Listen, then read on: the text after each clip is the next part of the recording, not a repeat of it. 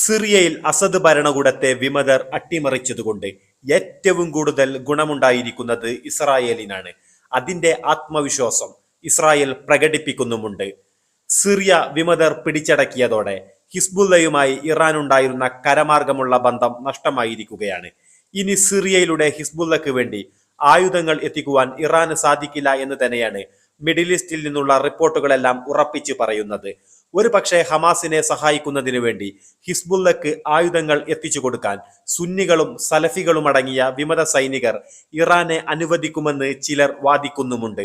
വരും ദിവസങ്ങളിൽ കാത്തിരുന്നു കാണാം സിറിയയിൽ ഇനി എന്താണ് സംഭവിക്കുക എന്നത്. എന്തായാലും ഇപ്പോൾ ഇസ്രായേൽ സൈന്യത്തിന് കനത്ത തിരിച്ചടിയാണ് തെക്കൻ ലബനോനിൽ നിന്നും ലഭിച്ചിരിക്കുന്നത്. ലബനോനിലുണ്ടായ സ്ഫോടനത്തിൽ 4 ഇസ്രായേലി സൈനികർ കൊല്ലപ്പെട്ടിരിക്കുകയാണ്.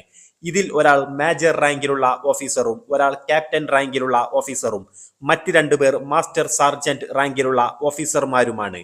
കൊല്ലപ്പെട്ട 4 ഓഫീസർമാരും 226 റിസർവ് പാരാട്രൂപ്പേഴ്സ് ബ്രിഗേഡിലെ 9263 ബറ്റാലിയനിലെ സൈനികരാണ്.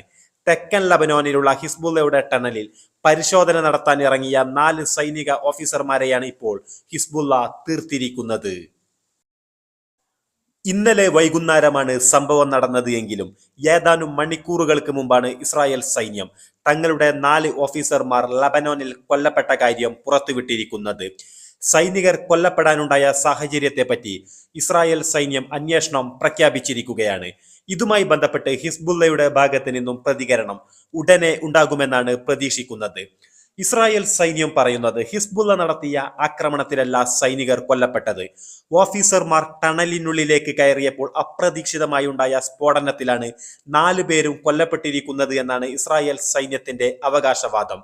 എങ്ങനെയാണ് സ്ഫോടനമുണ്ടായത് എന്നതിനെ പറ്റിയാണ് ഇപ്പോൾ ഇസ്രായേൽ സൈന്യം അന്വേഷണം പ്രഖ്യാപിച്ചിരിക്കുന്നത്. ഇസ്രായേൽ സൈനികർ ഭൂഗർഭ അറയിലേക്ക് ഇറങ്ങിയപ്പോൾ ഹിസ്ബുള്ള സ്ഫോടനം നടത്തിയതാണ് എന്നും സ്ഥിരീകരിക്കാത്ത ചില വാർത്തകൾ പുറത്തുവരുന്നുണ്ട്.